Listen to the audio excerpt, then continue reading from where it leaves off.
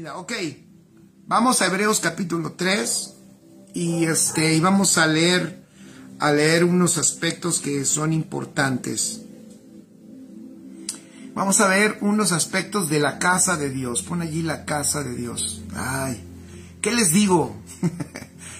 Es que quiero tocar este punto porque el apóstol, aquí en el capítulo 3 del libro de los Hebreos, y que ya sabemos la peculiaridad de esta carta, una carta muy diferente a las otras. Es una carta, también es profundísima. Es una carta, parece mandada como en espionaje, como una carta secreta, lanzada para un grupo de personas específica, y que no precisamente es una carta dirigida a judíos, sino es una carta dirigida a hebreos, y que ya vamos entendiendo que no es lo mismo un judío que un hebreo. Un judío es precisamente referente a una nacionalidad, ¿verdad? A una nacionalidad, es una nación, son personas que pertenecen a una nación. Pero los hebreos, cuando se refiere a los hebreos, y lo dice la Biblia, lo dice, no se está refiriendo a una nacionalidad, sino qué bueno que ya llegó un paquete que estaba yo esperando, porque algo aquí me falló, se descompuso, y si no lo pido, me lo traen rápido, entonces no puedo hacer mi trabajo. Bueno, entonces, gracias por los que siembran. No te olvides de hacerlo, pues. En algo siempre se habilita y se ayuda para el reino, ¿ok?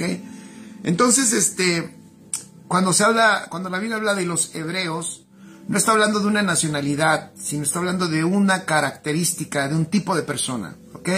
Así que pon allí judío igual a personas de una nación, ¿no? Específicamente de Israel. Y después puedes poner hebreos, no es una nacionalidad, sino es una característica de un tipo de persona. Entonces, esta carta es interesantísima, porque esta carta es una carta a los hebreos. Entonces, no es específicamente a judíos, sino es a los hebreos. ¿Cuál es la característica principal de los hebreos? La característica principal de los hebreos es precisamente que son personas, escucha esto, personas que rompen una estación, rompen una geografía y pasan a otra. Personas que rompen, vuelvo a decirlo, que rompen una geografía, una estación, una realidad, y que pasan a otra. Qué importante eso. Es como Cristo, que es un ejemplo extraordinario, el mejor ejemplo de lo que es un hebreo. Nuestro Señor Jesucristo, que rompe con su propio cuerpo, con su propia vida, es rota en la cruz y cruza para inaugurar una nueva realidad y para abrir esa realidad a todos los hijos de Dios. Por eso nuestro Señor Jesucristo, que Él cruza, que Él muere en la cruz y cruza Él anhela que tú y yo practiquemos este cruce permanentemente. Cruzar, escribe allí en tus notas, no es un asunto de hacerlo una vez en la vida. Yo ya pasé por la cruz y ya sucedió porque acepté a Cristo y ya esto y lo otro. No, hay muchos cruces, pon allí, hay muchos cruces en la vida. Por eso dije que este libro es maravilloso. De hecho, este libro nos muestra muchos cruces que el escritor está despertando en los receptores de esta carta, en los destinatarios. El escritor quiere que crucen y que no se queden en la condición en la que están. Entonces es una carta muy adecuada para nosotros, es muy actual, es muy pertinente, porque es algo que yo creo que todo hijo de Dios, por supuesto, debe de ser y debe de hacer. Todo hijo de Dios debe de cruzar permanentemente de un lugar a otro, de una estadía a otra, de una condición a otra, de una realidad a otra. Es más, estaba yo pensando otra característica o definición que le podemos dar a cruzar, podríamos decir que cruzar es también como una graduación. El cruce es una graduación, o podemos decirlo al revés, una graduación es un cruce, díganme si no, es un cruce de una estación a otra, de un nivel a otro. Una graduación es el terminar una etapa e iniciar otra. Qué maravilloso, ¿no? Entonces, nuestro Señor Jesucristo, esto es aplicable a la cruz, volvamos a mencionarlo, aplicado a la cruz. El Señor Jesucristo, ¿se acuerdan lo que hemos enseñado los miércoles? Maravilloso. Bueno, a mí me encanta y lo disfruto, ¿no? No sé cuántos lo disfruten, pero yo sí lo disfruto.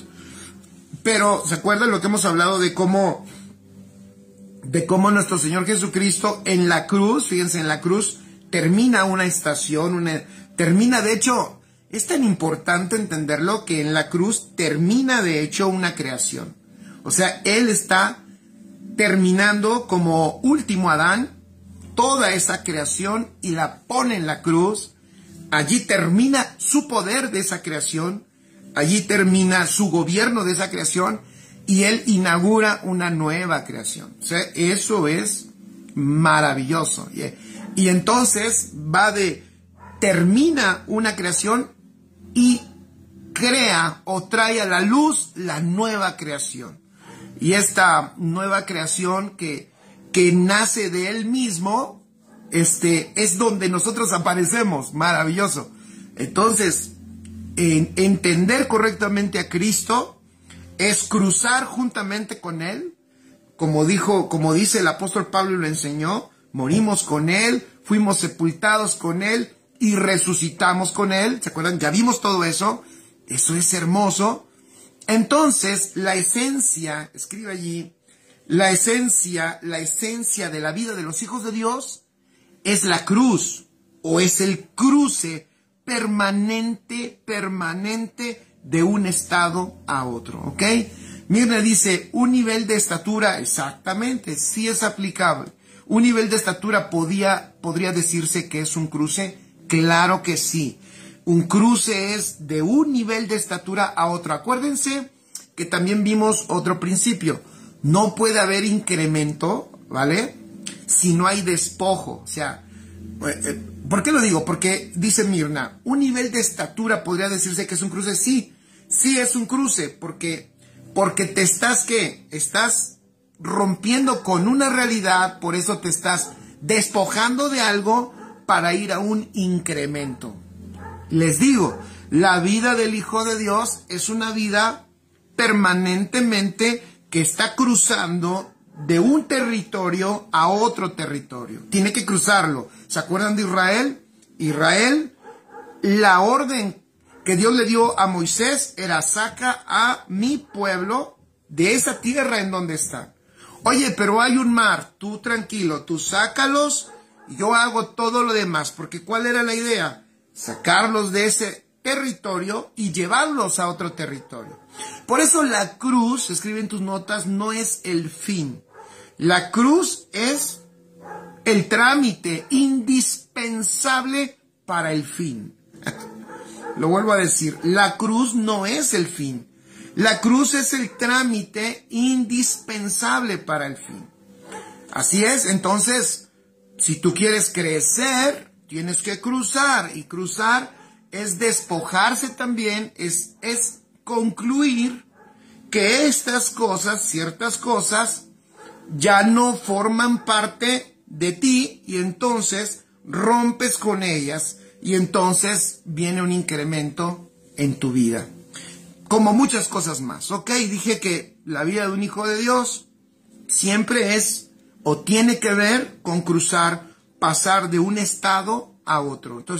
Entonces, un hijo de Dios que está entendiendo la vida espiritual, por eso comprende que la cruz es indispensable, y comprende que él permanentemente va a ir de un estado a otro, ¿ok?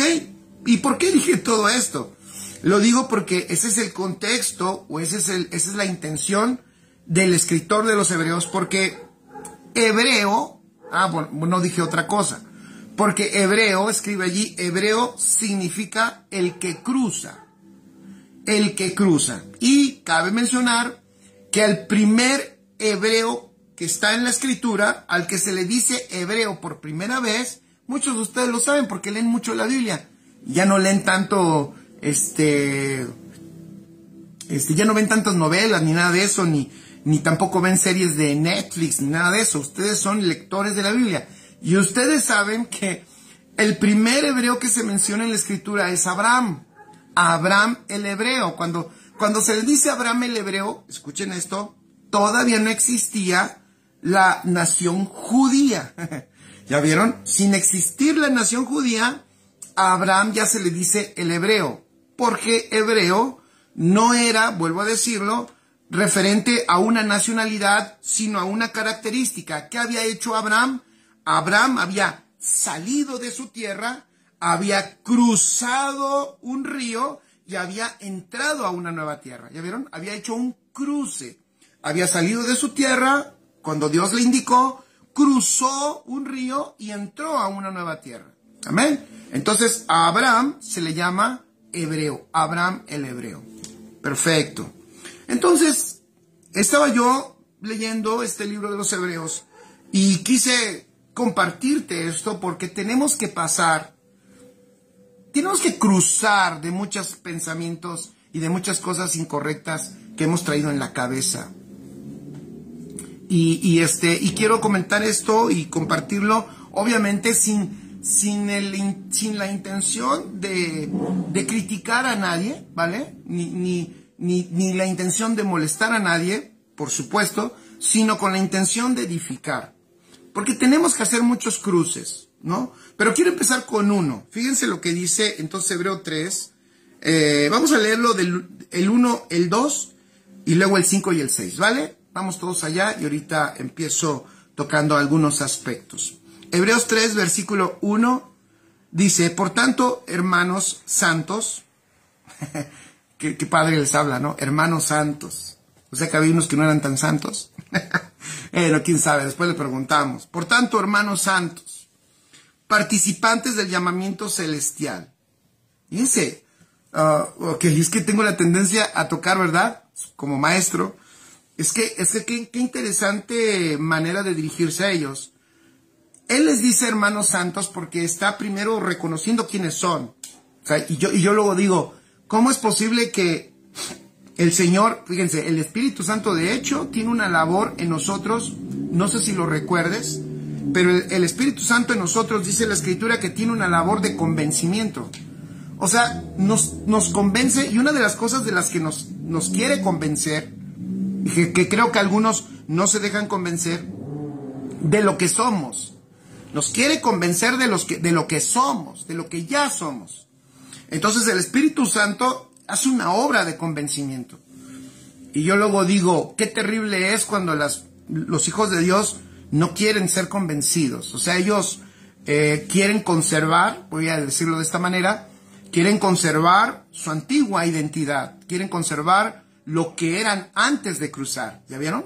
Entonces el Espíritu Santo, como nosotros cruzamos por nuestro Señor Jesucristo, en Él cruzamos. Entonces el Espíritu Santo quiere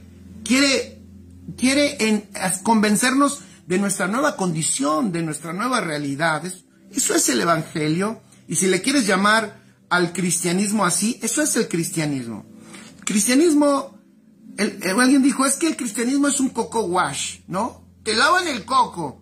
No te lava el coco el cristianismo, te lava todo. En la vida, el Evangelio te lava todo. El Evangelio te hace de nuevo. No necesitas solamente que te lave el coco. Necesitas nacer de nuevo. Es mucho más que eso. Pero el Espíritu Santo, entonces, quiere hacerte ver esa realidad. Hola Magda, un abrazo grandotote hasta Culco. Entonces, el Espíritu Santo quiere hacerte ver esa realidad en la nueva realidad en la que estás. Pero parece que aquí el apóstol, ¿verdad?, les está escribiendo eso. Ustedes son mis hermanos. Son hermanos santos. Sabemos que santo es una palabra que también ha estado muy desgastada. Pero cuando él dice santos, cuando los apóstoles se referían a los santos, se estaban refiriendo no a que se portaban bien solamente. No estaba hablando de una santidad moral solamente.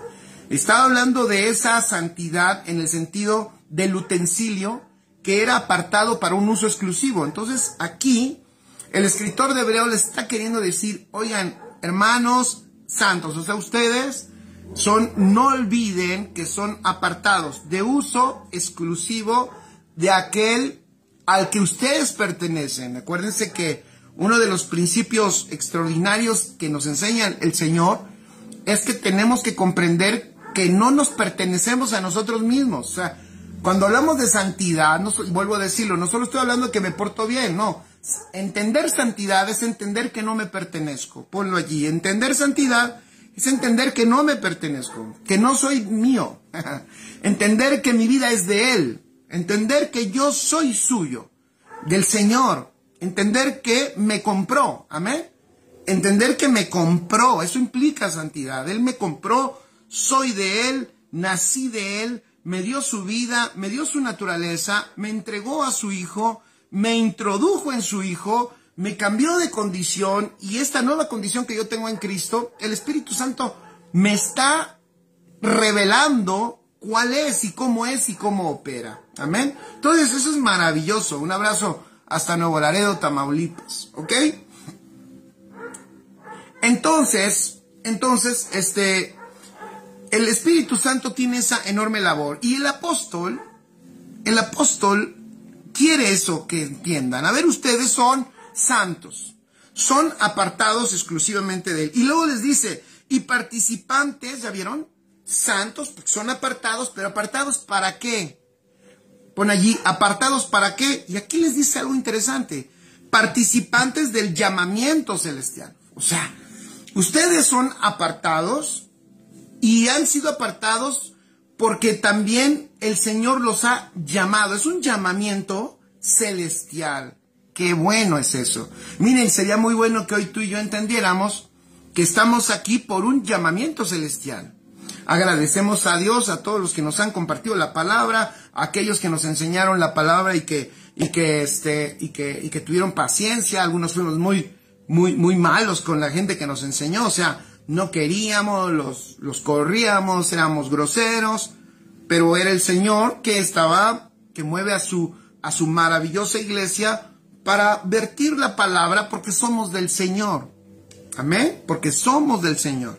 Entonces, pero aún con la obra y la labor que hace una persona de que nos compartió el Evangelio de Cristo, cuando venimos a la luz nos damos cuenta que no fueron específicamente las personas, sino era una intención divina, es un llamamiento celestial.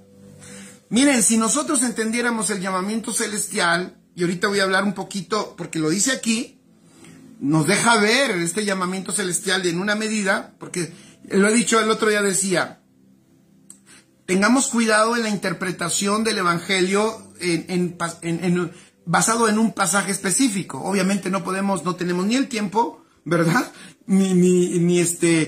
Por eso yo creo que en algún momento el apóstol Pablo en algún lugar se ocupó de hablar del Evangelio toda una noche, y un amiguito se duerme y hasta se cae y se muere. Ya después lo tienen que resucitar.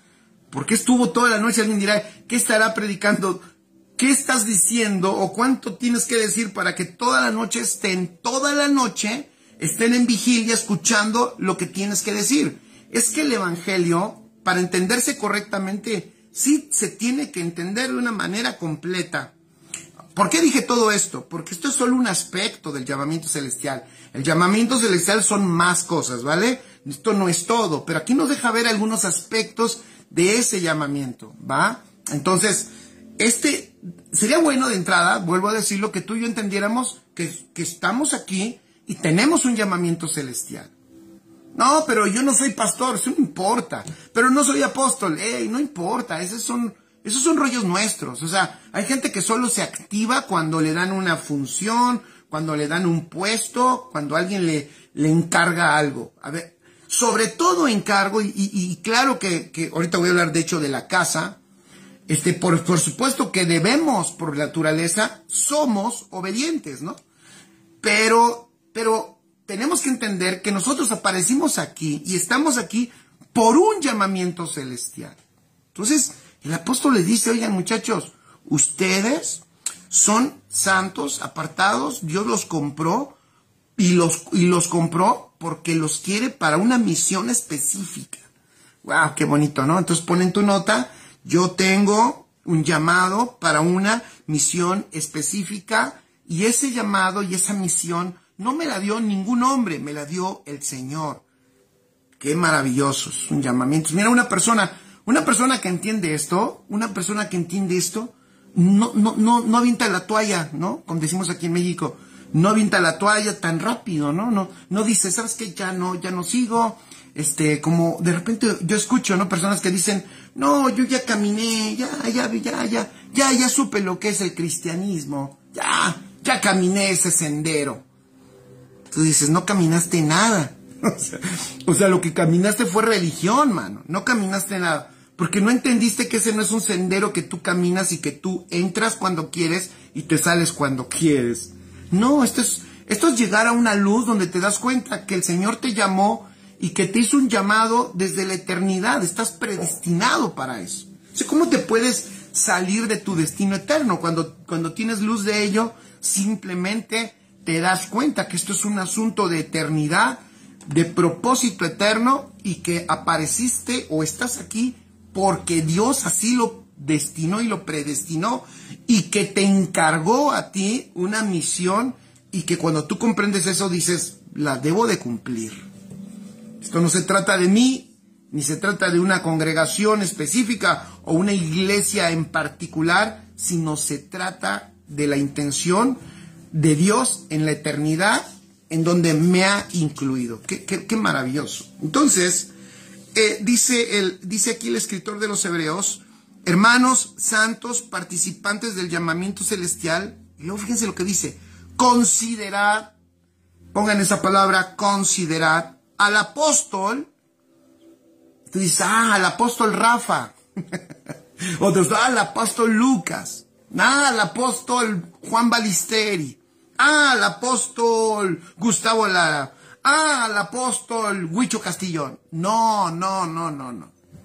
Considerad al apóstol y sumo sacerdote de nuestra profesión, Cristo Jesús. Oh, qué interesante. Esa palabra considerad, escríbela allí, considerad, significa literalmente observar atentamente. Lo que está diciendo el escritor es, a ver, no te me distraigas. ¿Escucharon? No te me distraigas. A ver, observa atentamente, no te distraigas. Mira atentamente. ¿A quién? Al apóstol y sumo sacerdote. Fíjense qué maravilloso. Dice, de nuestra profesión. ¡Ah, qué bueno que está esa palabra! Y qué bueno que se puso. Porque otra traducción de profesión es confesión. Pero confesión, qué bueno que no la pusieron, porque no es de hecho confesión. No es una simple confesión. Es más que una confesión. Esto que tú y yo vivimos, en esto en lo que estamos, es una profesión.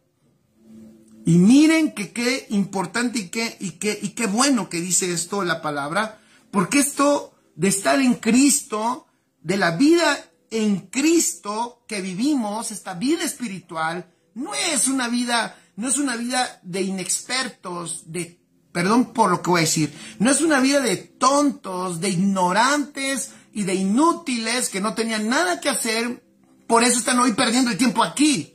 Aquí hay personas que nada más pierdes el tiempo. Eso no sirve para nada. Esto es una profesión. Pon allí con letras grandes. Y nosotros, como toda profesión, pero esta profesión, miren, como toda profesión requiere perseverancia, persistencia, requiere preparación, requiere diligencia, requiere obediencia. Es una profesión. Requiere una especialización. Y además es una profesión a la cual te llamó el Señor. Es un llamado divino a una profesión gloriosa.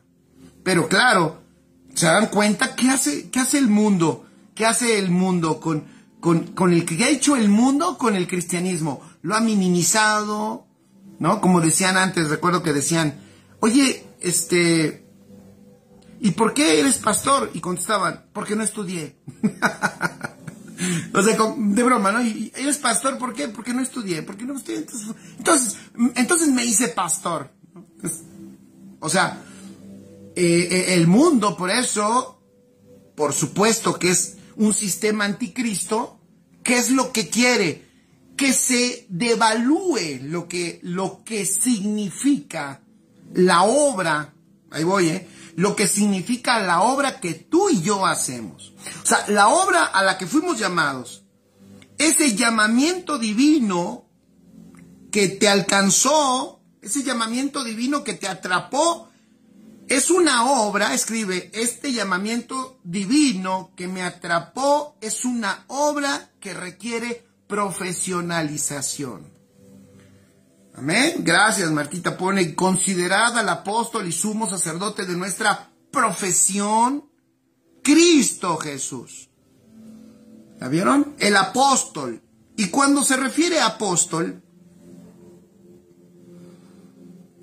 cuando dice considerad al apóstol, apóstol se está refiriendo a ¿qué? Se está refiriendo a edificación. Pero ok, me regreso a considerar. Ese considerar, que es mirar y observar atentamente y completamente. Miren, mirar completamente a Jesús el apóstol. Yo creo que se ha predicado más de Jesús el pastor que de Jesús el apóstol. Nos tiene que ser revelado Jesús el apóstol, nuestro Señor Cristo Jesús el apóstol. Por supuesto que es pastor. Por supuesto que es profeta. Por supuesto que es maestro. Ya ven, por eso les digo, el evangelio son muchas cosas. Por eso nos tardamos tanto los que luego enseñamos, ¿verdad? Y luego se nos olvida el tiempo y después, pobrecitos de nuestros hermanos en Cristo, ya traen dolor de la ciática.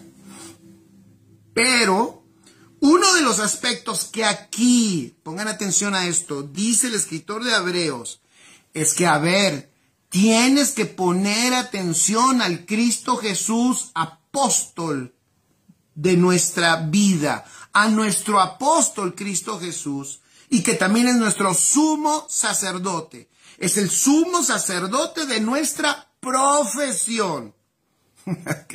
Qué gruesísimo está todo eso. Entonces, fíjense, por eso ahora entiendo más por qué, fíjense cómo es el cochino diablo, el sistema del mundo, de las tinieblas, cómo es que se han introducido, fíjense cómo se han introducido doctrinas falsas, y no de ahorita, o sea, no me refiero a las modernas doctrinas falsas, me refiero a doctrinas, por ejemplo, esas donde las personas están enfocadas. Hoy en la reunión de los pastores analizamos eso. Analizamos de cómo es posible que el Espíritu Santo nos está convenciendo de cómo, fíjense, de cómo el enemigo, Satanás, ya ha sido inhabilitado, ya ha sido desarticulado, Satanás ya ha sido derrotado, y el Espíritu Santo nos tiene que estar convenciendo de eso.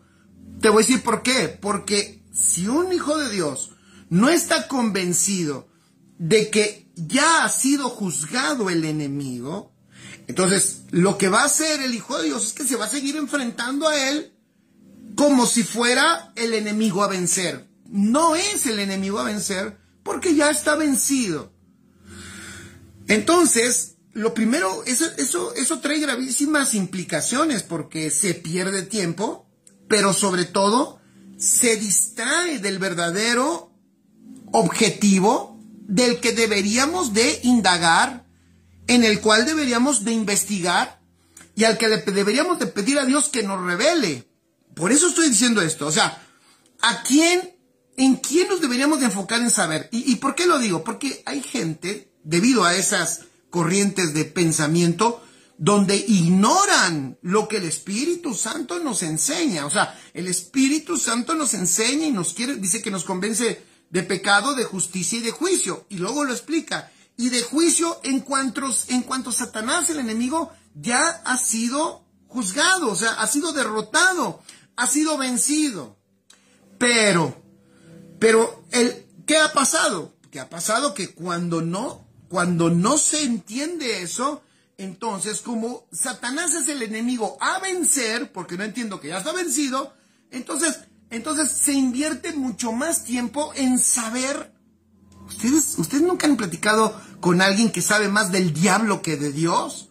O sea, se ocupan más de saber de todo lo que hace el diablo, cómo lo hace, cuándo lo hace, en dónde lo hace, de qué manera lo hace, a quiénes usa, quiénes son sus siervos, cuáles son sus áreas de gobierno, en dónde es por dónde se mete, cuáles son los colores favoritos del diablo, cuáles son todo eso.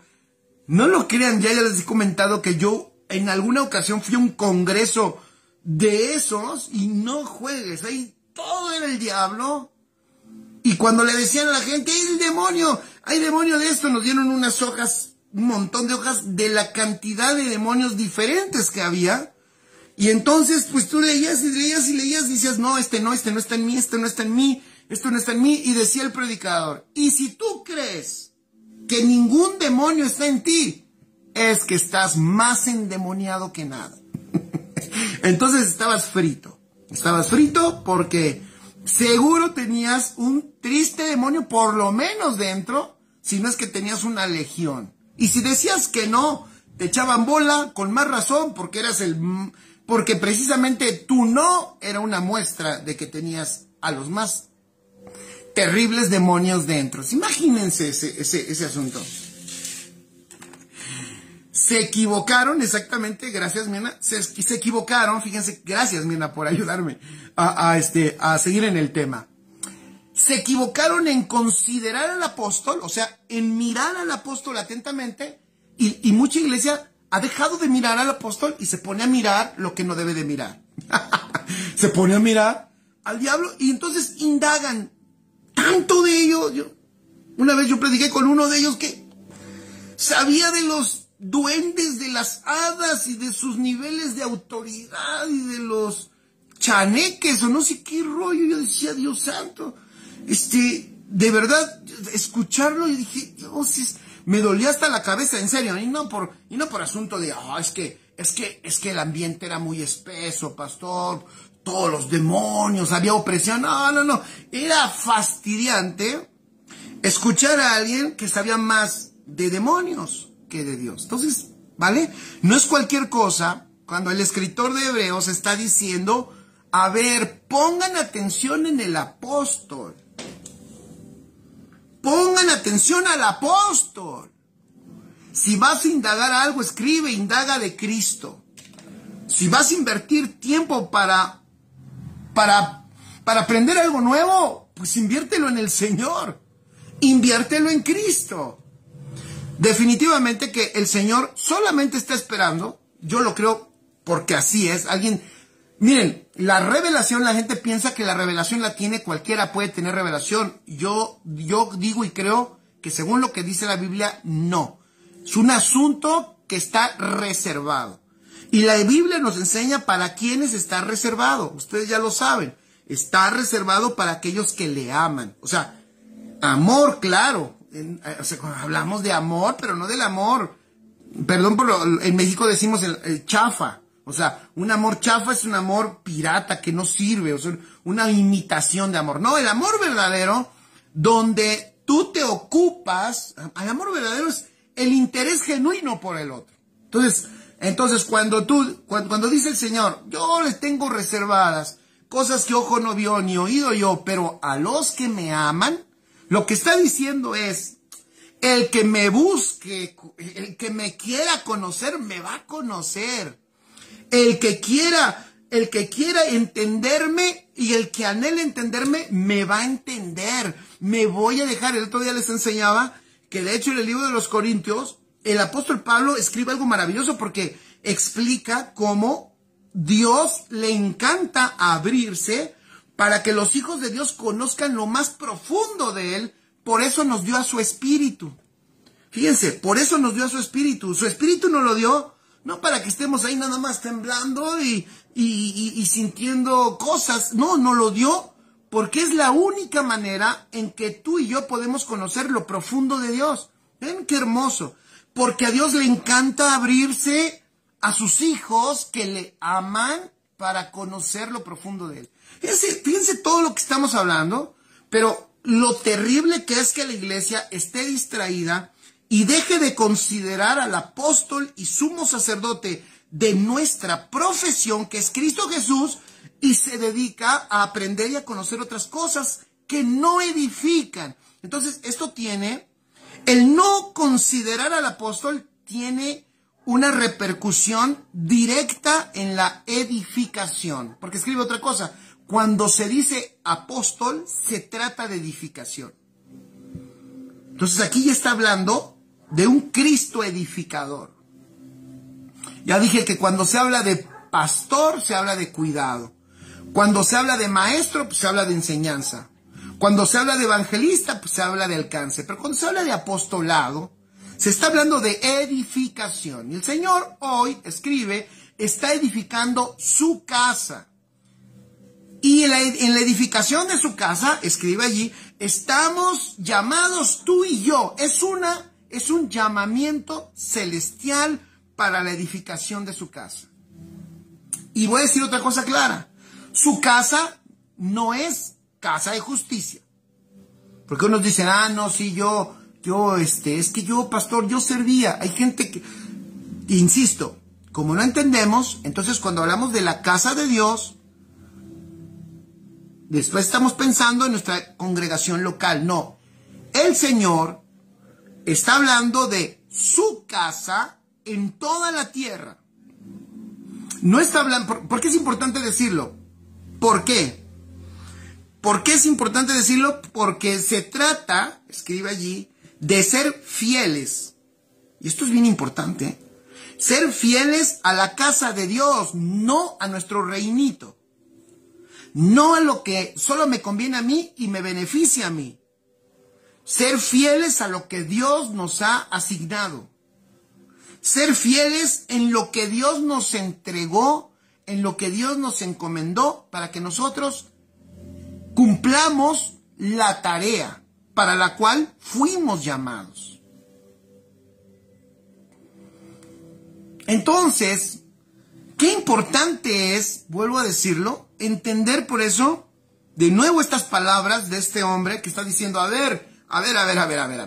Ustedes no son los únicos que están siendo perseguidos. Ustedes no son, ustedes, si tú quieres sobrepasar esta prueba, y que para eso te escribo, tienes que entender que el que te llamó no fue ningún hombre, sino fue Dios. Y tienes que comprender que te llamó porque se está edificando una casa en la tierra. Y para la edificación de la casa es necesario que tú rompas con la estación en la que estás y cruces sin miedo y sin temor, confiando que el que te llamó es fiel y te dio el ejemplo de cómo Él es fiel y fue fiel en su casa. Y es fiel en su casa.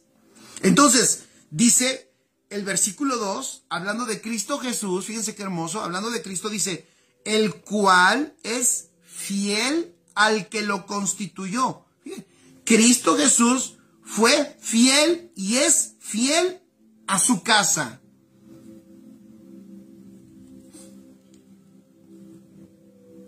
Y da otro ejemplo, como también lo fue Moisés en toda la casa de Dios. Entonces, Cristo es fiel al que lo constituyó, como también lo fue Moisés en toda la casa de Dios. Versículo 5. Y Moisés, a la verdad fue fiel en toda la casa de Dios como siervo para testimonio de lo que se iba a decir. Pero Cristo, como hijo sobre su casa, y aquí es importante, para que sepamos a qué se está refiriendo cuando se está refiriendo a su casa. Versículo 6, Hebreos 3:6, dice, pero Cristo como hijo sobre su casa, la cual somos nosotros, si retenemos firme hasta el fin la confianza y el gloriarnos en la esperanza. Entonces el apóstol está diciendo, hey, debemos manifestar esa fidelidad en nuestra gestión en la casa de Dios. Yo te quiero invitar para que consideres cada acción, cada actitud, cada disposición, cada inversión de lo que Dios te está indicando como muy importante, porque el Señor hoy está edificando su casa en todo el mundo. Amén. Entonces, la casa de Dios, escribe allí, incluye las congregaciones, pero trasciende las congregaciones. Y Dios está construyendo su casa hoy en la tierra. Eso escríbelo, está construyendo. La casa de Dios, ¿qué es la casa de Dios? La casa de Dios es la expresión corporativa de Él. Repito, la casa de Dios es su expresión corporativa. Por eso, Dios necesita un cuerpo. ¿Me escucharon? Dios necesita un cuerpo. O sea, así es. Gracias, Martita. Su casa somos nosotros.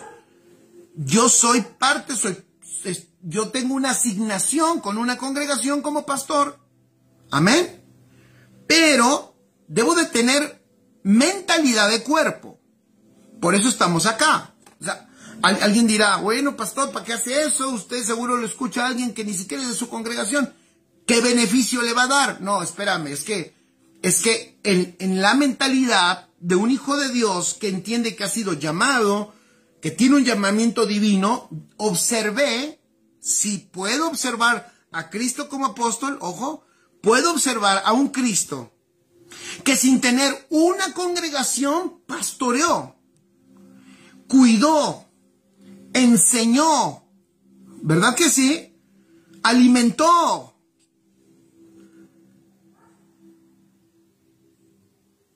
Direccionó. No, pero ¿para qué? ¿Por qué inviertes tanto tu vida? No, es que cuando tú comprendes el llamamiento y comprendes lo que Dios está haciendo hoy en la tierra y que el Señor te llamó para esa obra, entonces te das cuenta que esto trasciende nuestra congregación. Y con eso, cabe mencionar que no estoy diciendo que no seas fiel en lo que haces en tu congregación. Pero esto no se trata de una congregación. Esto se trata de ¿qué? De la casa de Dios como su expresión corporativa. Entonces necesita el Señor un cuerpo. El Señor por eso está edificando hoy un cuerpo. Por eso está edificándonos una mentalidad de cuerpo. Esa mentalidad en donde comprendamos que hemos sido llamados a participar del nuevo hombre aquí en la tierra, que es el cuerpo de Cristo y Cristo como la cabeza. Y por eso el Señor levanta ministros. Hoy está haciendo algo el Señor extraordinario. Está levantando ministros a favor de un cuerpo. ¿Y por qué necesitamos? Fíjense, voy a decir otro detalle. ¿Y por qué necesitamos entender, comprender que esto se trata de un cuerpo y participar y poder y ser fieles a la edificación de este cuerpo? Porque hemos cometido, y hay que reconocerlo, errores gravísimos muchas veces. nosotros lo vemos en las diferentes edificaciones. ¿Se acuerdan cuando Israel sale, fíjense qué importante es, entender, a ver si me explico. Fíjense qué importante es entender que hemos sido llamados, vuelvo a repetir todo, ¿vale? Hemos sido llamados con un llamamiento divino a una obra, ¿verdad? Una obra que se está gestando en la tierra, que es la casa de Dios, y que esa casa de Dios que se está gestando en la tierra, esa obra, nosotros estamos siendo partícipes de esa edificación. Y qué importante es que lo entendamos. ¿Por qué? Porque vamos a una edificación, vamos a recordar lo del tabernáculo de Moisés.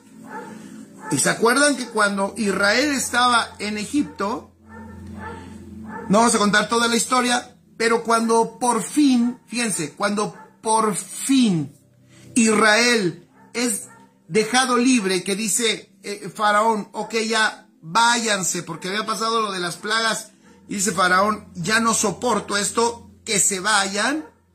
Cuando ellos salen, no salen con las manos vacías. Vean qué hermoso.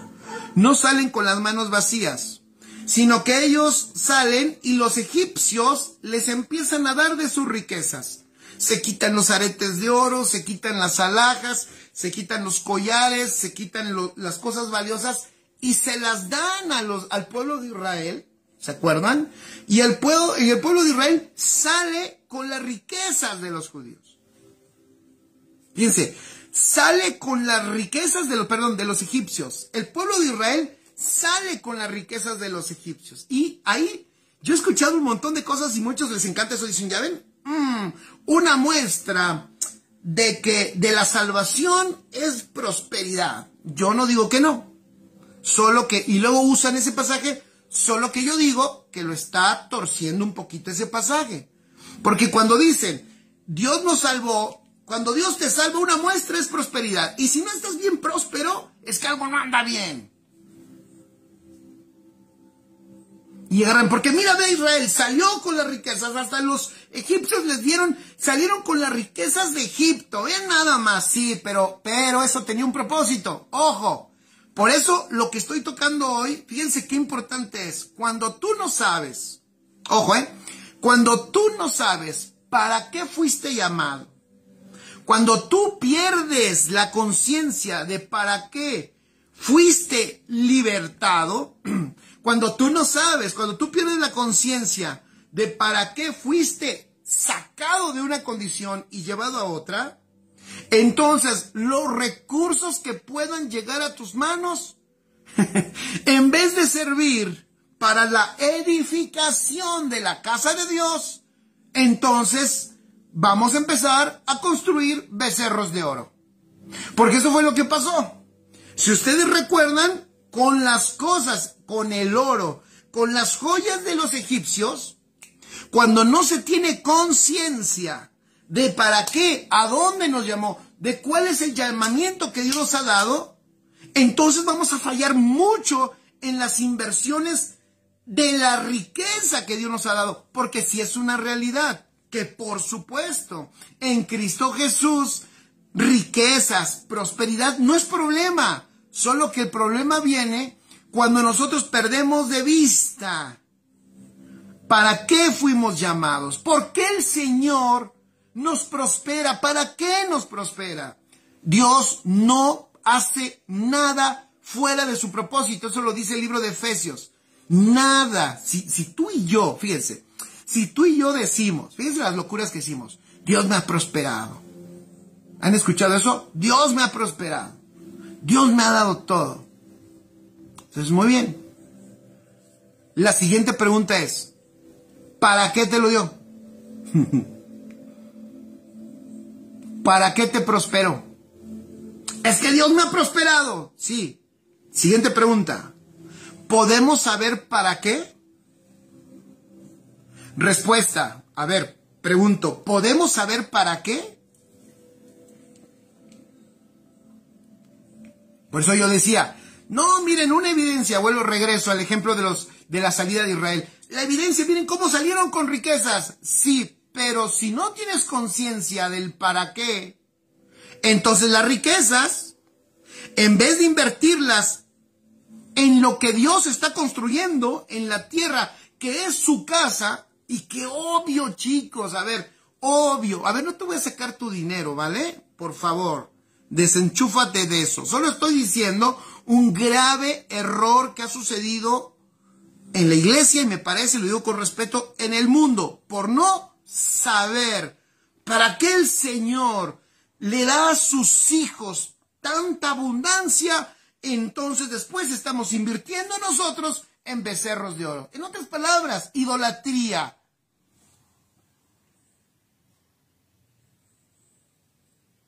Moisés sabía que todos los recursos que habían sido dados, que habían sido liberados para ellos, era para la construcción de la casa. Cuando él baja del monte, se da cuenta que Aarón los utilizó para levantar no la casa de Dios, sino becerros de oro. Y me parece esto muy pertinente para este día, porque me parece que el día de hoy hemos usado recursos que eran para la edificación y los hemos desperdiciado en otras cosas. Subo un poquito de música de fondo para que se aliviane el asunto. Por eso yo decía, cuando decimos, Dios me ha prosperado, la siguiente pregunta, ok, vamos allá. ¿Por qué y para qué te prosperó? Dice el libro de Efesios que Dios, escuchen, no hace nada fuera de su voluntad, de su propósito que determinó antes de que todo existiera. Él no se mueve fuera del propósito. Entonces, mi prosperidad y tu prosperidad, escuchen, tiene que ver con lo que Dios ha querido y quiere desde la eternidad.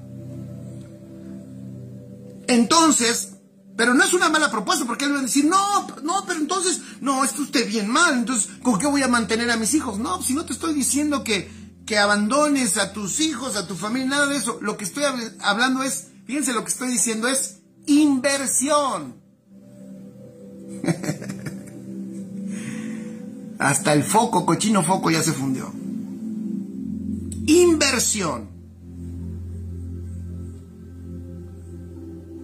Y cuando es una inversión, pues por supuesto, el Señor lo único que está haciendo es transferencia. Pon en tus notas, transferencia de riquezas. Cuando el Señor ve que alguien está entendiendo el diseño, la edificación, que comprende que los recursos liberados son con un propósito, esa persona que hace correctamente uso de los recursos que Dios le libera y le libera y le libera, entonces esa persona, por supuesto, cada vez administrará más y más recursos. Increíble. Dios está alineando a su iglesia, yo lo creo, para su edificación. Y Dios está liberando recursos para este propósito, para que la casa de Dios sea edificada en la tierra. Entonces, el apóstol, vean qué interesante, vamos a terminar de leerlo, bueno, versículo 2, vamos a leerlo todo, voy a leer el 1, 2, 5 y 6. Hebreos 3. Por tanto, hermanos santos, participantes del llamamiento celestial, considerad al apóstol y sumo sacerdote de nuestra profesión, Cristo Jesús, el cual, al que le constituyó, el cual es fiel al que le constituyó, como también lo fue Moisés en toda la casa de Dios. Versículo 5. Y Moisés, a la verdad, fue fiel en toda la casa de Dios, como siervo, para testimonio de lo que se iba a decir. Pero Cristo, como hijo, sobre su casa, la cual somos nosotros, si retenemos firme hasta el fin la confianza y el gloriarnos en la esperanza. La casa de Dios, que somos nosotros, en todo el mundo, sigue siendo edificada. Amén. Entonces, es importante entender esto. ¿Por qué? Porque vean lo que dice el Salmo 127 y con esto ya vamos a terminar. Salmo 127, versículo 1. Todos allá, Salmo 127, 1. Dice, si Jehová no edificare la casa, en vano trabajan los que la edifican. Si Jehová no guardare la ciudad, en vano vela la guardia. ¿Qué está diciendo Dios? Dios está hablando de su casa.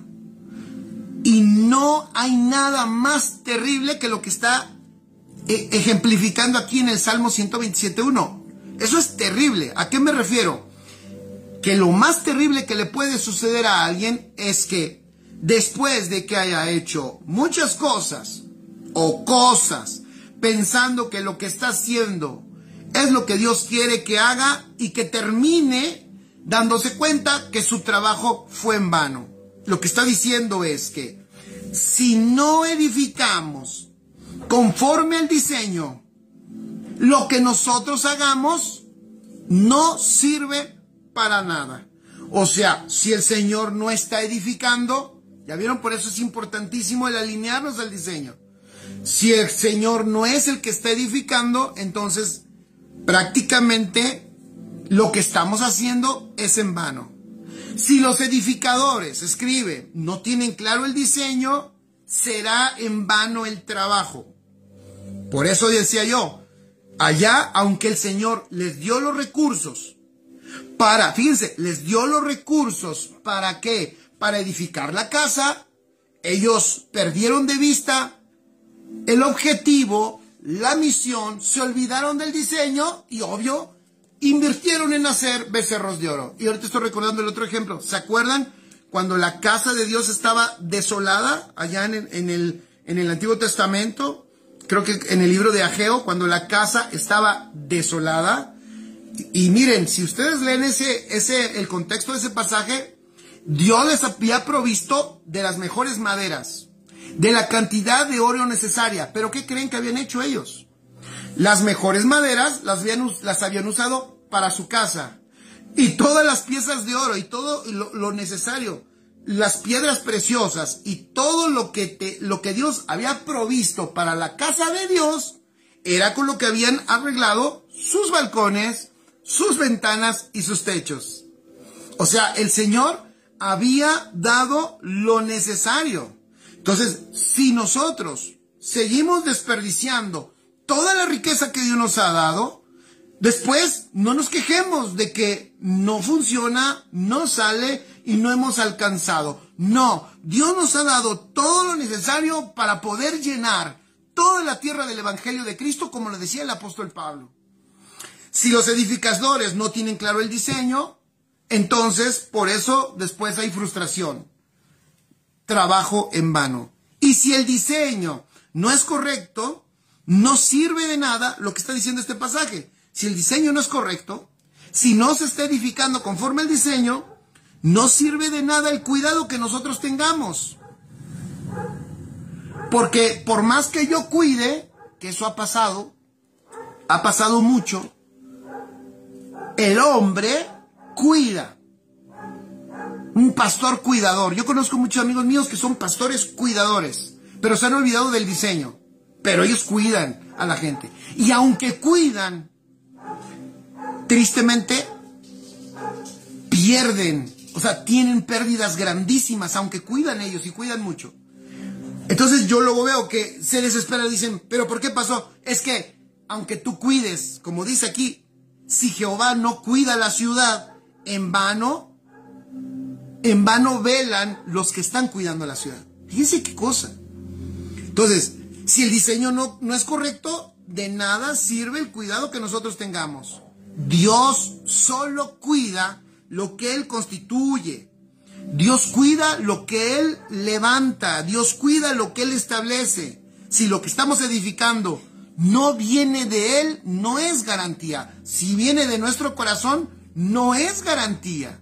Si viene de Él, entonces el Señor cuida lo que Él establece. y la seguridad de que todo lo que Él nos pide, fíjense qué hermoso, todo lo que Él nos pide que hagamos, Él lo va a proteger, Él lo va a cuidar y prosperará y nos dará los recursos, pero no debemos de perder de vista el por qué nos provee, para qué nos provee. Somos medios de sus riquezas. Qué bueno es recordar esto en este tiempo. Amén. Y bueno, ya se me fue el tiempo, hablando de tiempo. Amén. La casa de Dios que el Señor está edificando hoy está siendo edificada por cada uno de nosotros. Amén. Y el Señor nos ha soltado todo lo necesario para poderla edificar correctamente. Pero tenemos que conocer el diseño. Tenemos que dejar de perder tiempo en ver otras cosas y enfocarnos en el apóstol y sumo sacerdote de nuestra profesión. Tenemos que vernos como profesionales. Tenemos que hacer buen uso de nuestros recursos porque Dios no da nada sin propósito eterno. Y tenemos que ser fieles a la casa que se está edificando hoy en toda la tierra. Porque eso es lo que dice. Miren a Jesús, a Jesucristo, cómo ha sido Él fiel. O sea, en otras palabras está diciendo, observen la fidelidad del apóstol Cristo Jesús. Porque esa es la fidelidad que edifica la casa. Angie Gómez dice, lo que nos da Dios es para sembrar, edificar. Me encanta su propósito de mi Dios. Amén, por permanecer en esta casa edificando con visión. Así es, así es, así es. Vamos a dar gracias a Dios. Papá, muchas gracias.